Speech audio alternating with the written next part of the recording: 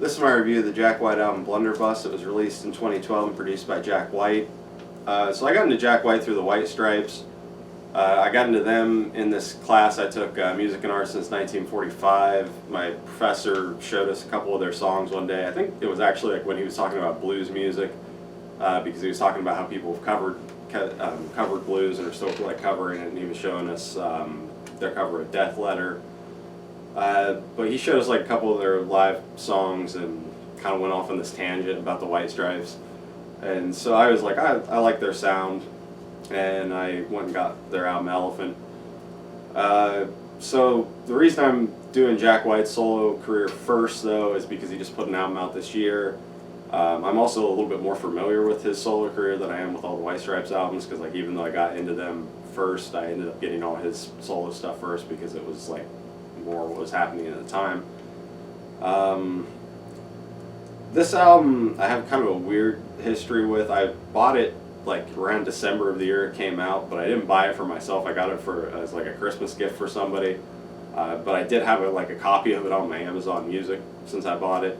So like I put it on my iPod and I listened to it a couple times, but I have this weird thing about like I didn't want to get like too into it because I still wanted to be motivated to buy the CD for myself. But like I didn't have a whole lot of money at the time, so it was kind of one of those things where it's like I have it here, so why do I want to buy it? But then like I was keeping myself from listening to it. So I don't know, it's all this weird stuff where I basically never really got that into it, even though I had a copy of it for a long time. But I do like this album. I think I ended up getting it around like 2020 or 2019, somewhere around in there. I've listened to it a lot since then. I enjoy Jack White's music, I think, because he's kind of, like, even though he's new and doing stuff that does sound, I think, kind of current, which isn't really, like, my thing.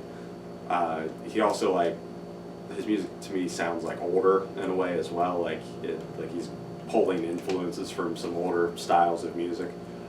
So I enjoy that. I like his guitar playing a lot, I like his singing a lot. So I'm not going to really probably go into the details of like how much I like his singing on certain tracks on here. I just kind of blanket like overall like his voice. I'm also kind of like not really going to go into like who plays what on this album because he uses a lot of different people for like the other instruments on this track or on this album. I think all the playing's really good though. I think this is a really good sounding album. I just, yeah, all the instrumental parts on this I really enjoy. The album opens with Missing Pieces. I think it's a strong opening track. It's got some really cool like organ, keyboard type stuff going on.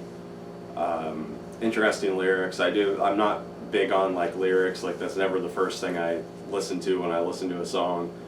But for the most part I do enjoy Jack's lyrics. I think they're entertaining. So yeah, strong opening track. I think it has kind of a cool way that he ends the song as well.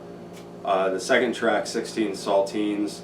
This one's kind of funny because I had a friend who was a fan of this song and he would play it a lot of the times when we were like hanging out.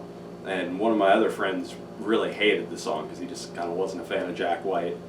And he was always bitching that the song made no sense because he's like, oh, you'd have to drink a glass of water after you ate that many saltines, which is, I was like, yeah, it's kind of a ridiculous argument because that's not really what the song's about, but I don't know, just one of those funny kind of stupid conversations you have with your friends when you're drinking and listening to music. But anyway, I've always liked the song.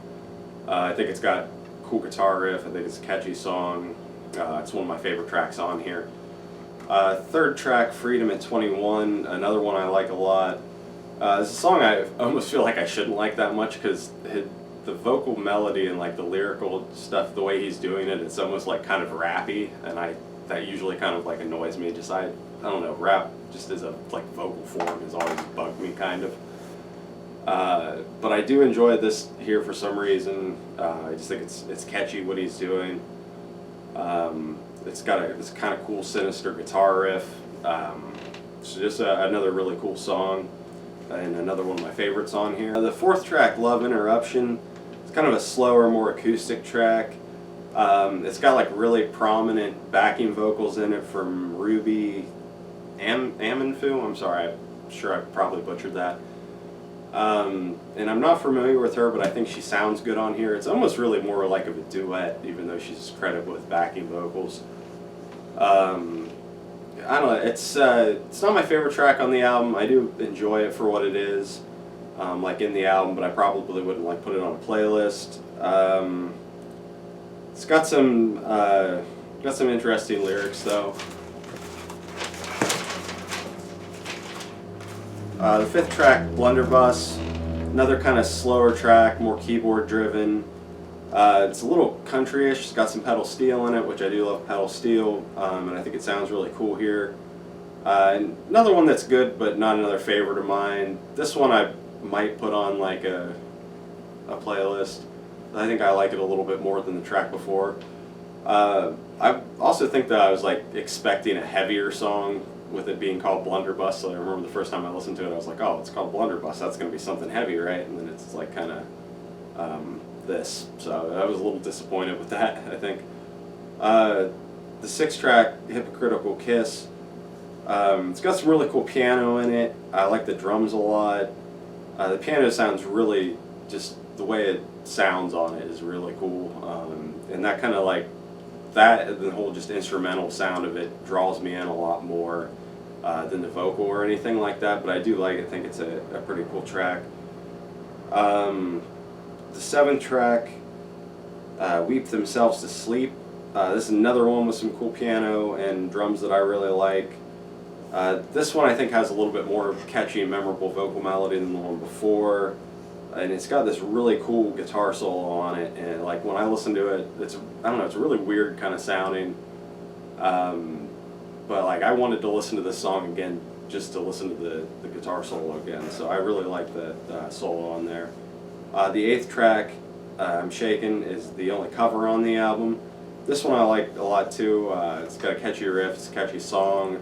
There's this weird effect on his vocal that makes it sound like kind of old. So I enjoy that one. Ninth track, Trash Tongue Talker. This one, another one where I like the playing a lot, and that kind of stands out the most to me about the song. I really like the drumming on this one. It's kind of, I don't know, had this like laid back like groove to it almost, even though it was kind of going more up tempo. The vocal part's pretty catchy.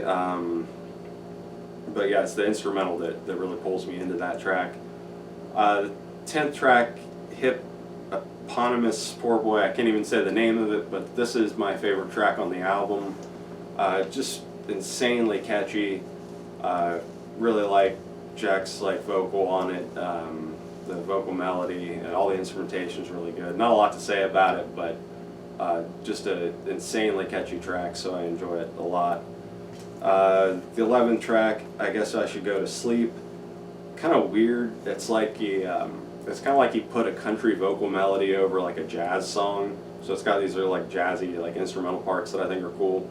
And it's just kind of cool how it fits together. So that's definitely an interesting song. But it's also one of the more like kind of slower tempo ones, and I'm just more into the up tempo stuff on this album. 12th track, On and On and On. Another slower, kind of dreamy sounding song. It's another one that's got some cool instrumental things. It's got pedal steel going on in it, which sounds pretty cool. So I enjoy that one, but not really one of my favorites. And then the 13th and final track, Take Me With You When You Go, is kind of a weird closing track. I don't know, it's a weird song. It's interesting.